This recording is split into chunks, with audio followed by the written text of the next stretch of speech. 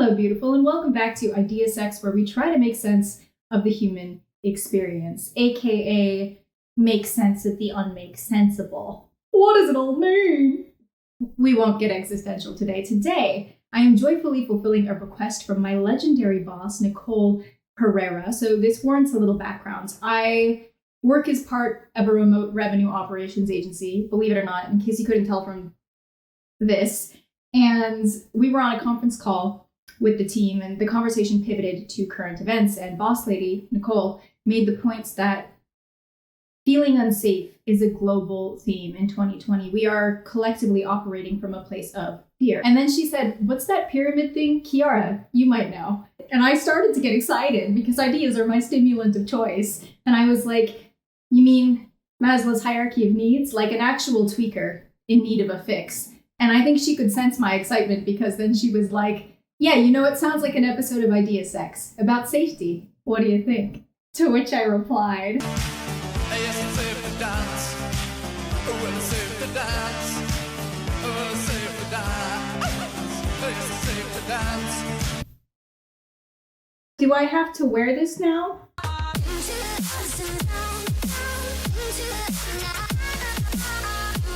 First, kids, let's talk about the importance of safety. And I don't mean look both ways before we cross the street or wear your mask to the grocery store. When Nicole said safety, what I heard her saying was that sense of security that is fundamental to our well-being. I would go a step further and I would say that it is foundational, right? It is the launch pad for all of our development and all of our growth. Nicole's point was that we're sitting pretty low on the pyramid right now on a global level, right, collectively. And when we're here, because our systems are broken, how do we even start to move out of that, if at all? So in this video, we're going to juxtapose Maslow's hierarchy of needs with a system I believe is closely related, the chakra system. And doing this won't give us an answer exactly, but it will get us to the beginning of an hypothesis. If this is your first time on the channel and you're like, "What's going on?" Idea Sex is where we compare ideas from different cultures, thinkers, and disciplines. Because where there's overlap, there tends to be a grain of truth. So yeah, in this video, we're going to be looking at psychology and neuroscience and chakras. That's just what we do here. I also throw in a lot of left field pop culture references, so these videos probably won't age well. So the agenda. First, we're going to look at each of these systems and how they relate to our sense of security. Then we're going to unveil the secret they share. And finally, we're going to bring out the big guns, the science that backs this secret.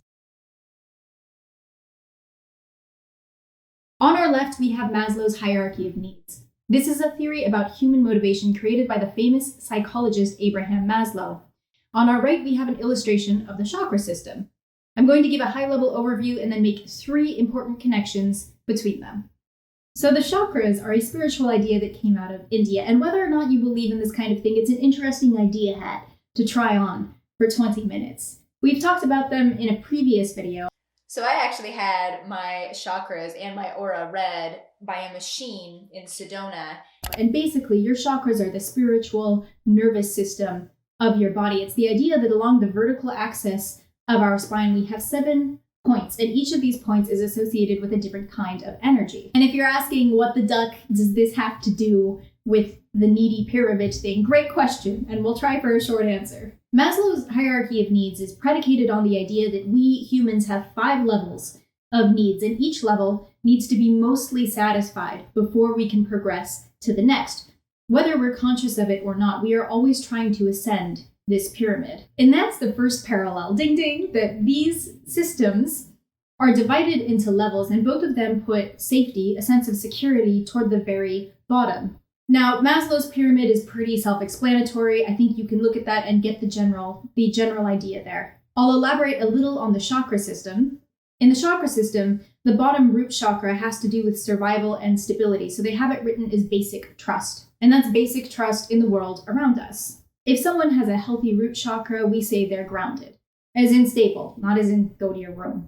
There's a parable in the Gospel of Matthew that I think speaks really well to this, the wise and foolish builder. And in the story, there is a man who builds his house on a foundation of rock, and there's a man who builds his house on a foundation of sand. When the rain comes, The house that's built on a foundation of sand, of unstable ground, is washed away. And so when we look at the chakra system and Maslow's hierarchy of needs, I think it's fair to say that our groundedness is the foundation for all of our future growth and development. Maslow actually divided the needs into being needs and growth needs. Being needs are everything in the bottom 4 levels. Growth needs are what we see in that top level. Now, in the Kundalini tradition, there's actually a similar division in the chakra system. These bottom 3 chakras can be thought of as body, emotion, mind levels.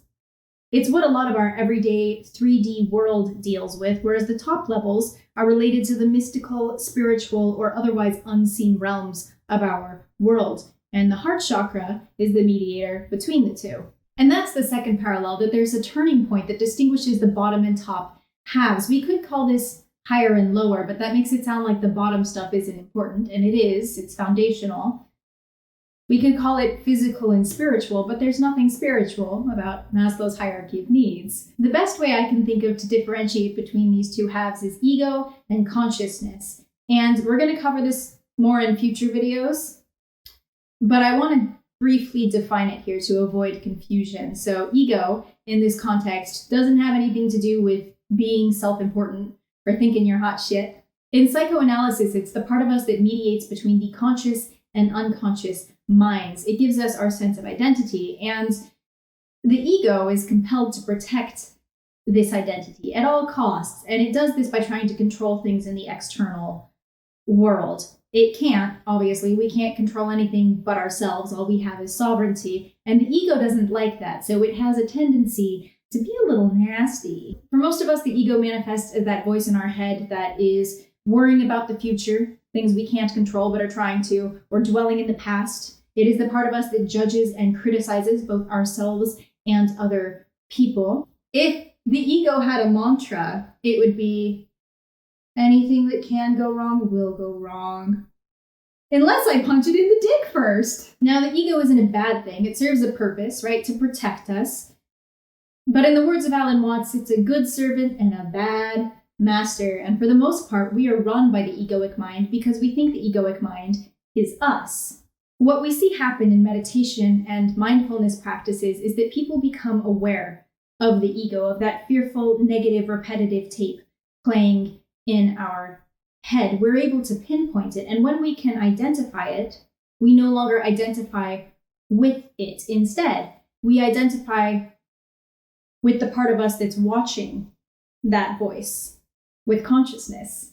Eckhart Tolle calls this being the watcher behind the thinker. In cognitive behavioral therapy, it is called cognitive restructuring. Some people call this Christ consciousness, and it just refers to the very real experience of becoming aware of the egoic mind and realizing we're not that. We are the presence behind it. That doesn't mean all our mental chatter goes away. Au contraire, most of us just become hyper aware of it and can maybe kind of quiet the ego. But there have been a few people who shut down their ego permanently.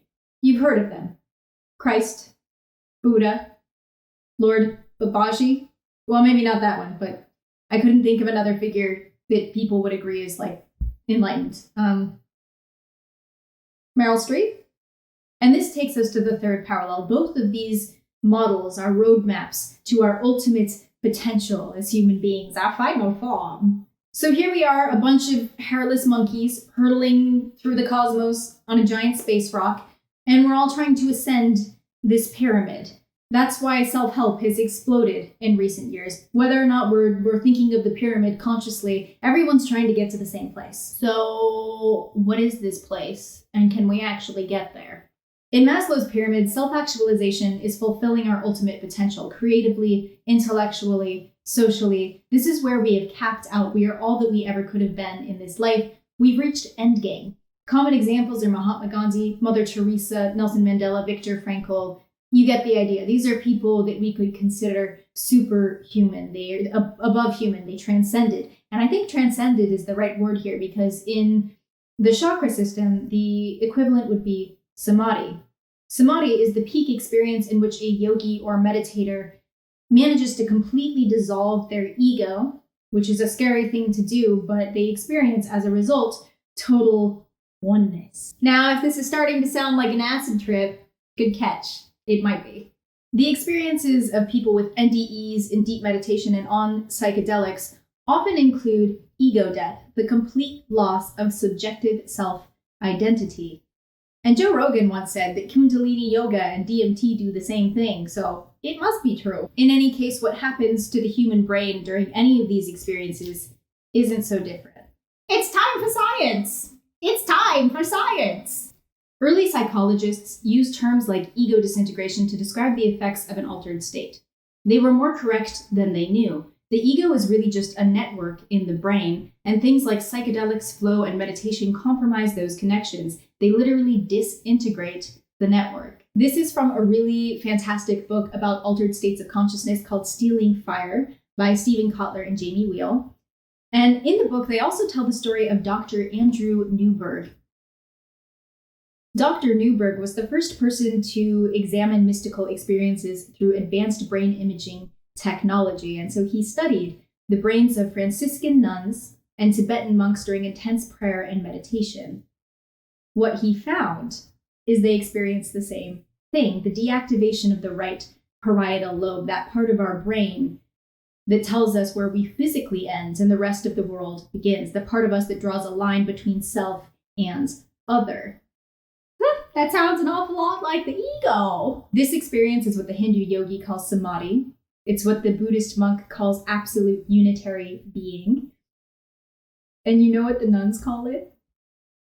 Unio mystica, oneness, with God's love. Man, I hope that makes you feel warm and fuzzy inside, like you swallowed a bunny. I don't like that metaphor. Not like you ate the bunny, just like you became one with it. What I really like about this book is it takes all the mystical, possibly woo-woo things we've been talking about and smacks the magic right out of it. Stealing Fire takes a clinical look at altered states of consciousness. They call these states ecstasis or flow states, and these are just scientific terms for what we've been talking about. There are 4 key traits of ecstasis. Selflessness. Our inner critic is silenced and we are able to step outside of ourselves. Timelessness. We're entirely present, so it feels like time is elongated. Effortlessness. It's intrinsically rewarding, so we easily commit to whatever brings about that state for us. Richness. Waking up to the truth that's been in us all along, that we are connected to some greater intelligence, that watcher behind the thinker. Typically, flow states are associated with high-performance athletes or artists, but the book shows us that these states are available for us plebs too. And I can only speak for myself, but I feel like it's a state worth pursuing because the research shows us that it can create really positive change in people, whether that's healing trauma or just becoming more joyous, fulfilled humans. In fact, a study on Olympic athletes and peak experiences showed that the highest performing athletes not only had more peak experiences, but they made more empathetic and ethical decisions in their day-to-day life. And the same studies have been recreated in corporate settings, and the results were the same. Leaders who experience more flow states, who experience these other altered states of consciousness, tend to make more empathetic and ethical decisions. To use New Age language, one way of looking at this is that these people are more connected to source energy. But I'll read you a more credible excerpt from the science people. This gets really cool. So, Harvard psychologist Bob Keegan tracked a group of adults as they aged. His goal was simple: understand how they changed and grew over time and determine if, in fact, there were upper limits to who we can become. And skipping down a little because this is a long passage. Keegan found that the further you go up in the pyramid, the fewer people make it to the next stage. The move from self-authoring to self-transforming, for example, fewer than 5% of us ever make the jump.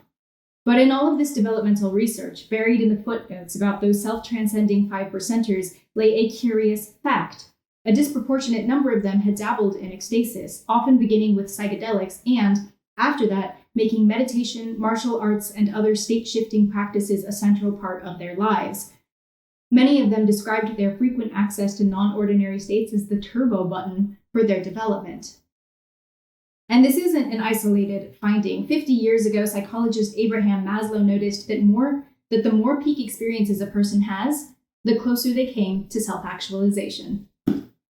and it comes full circle. It seems to me that experiencing ecstasis, something like unity consciousness, would make it difficult to hate or fear anyone, because part of the experience is realizing we're all made of the same thing.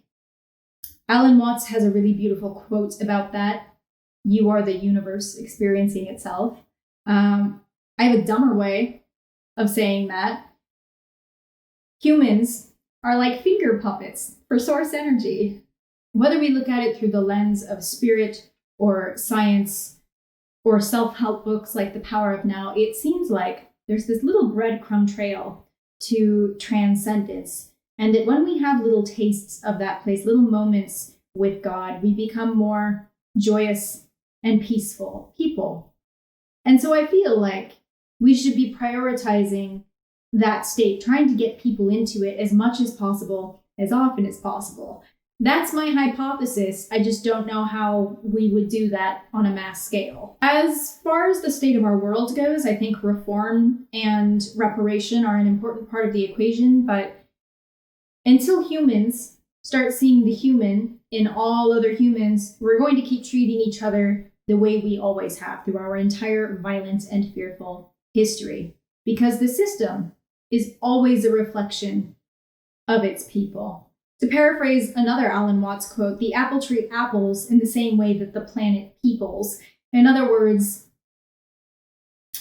a creation is always a reflection of its creator.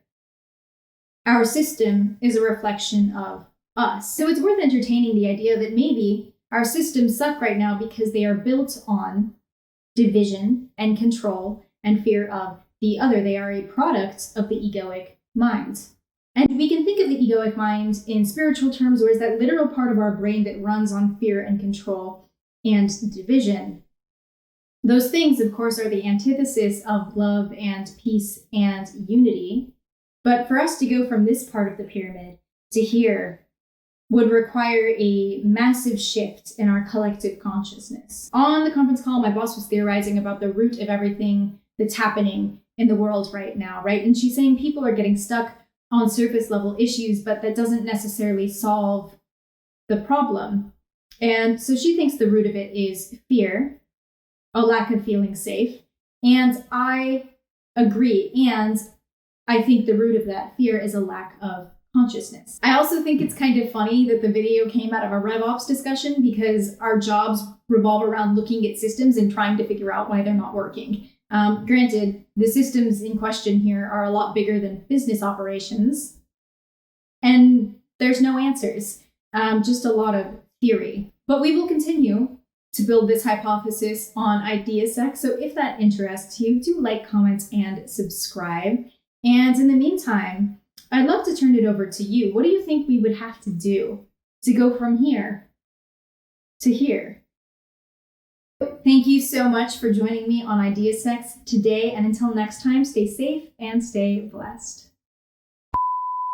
It often involves ego death, the complete loss of subjectivity. You gotta fucking dude. Did I just have a stroke? Yes. I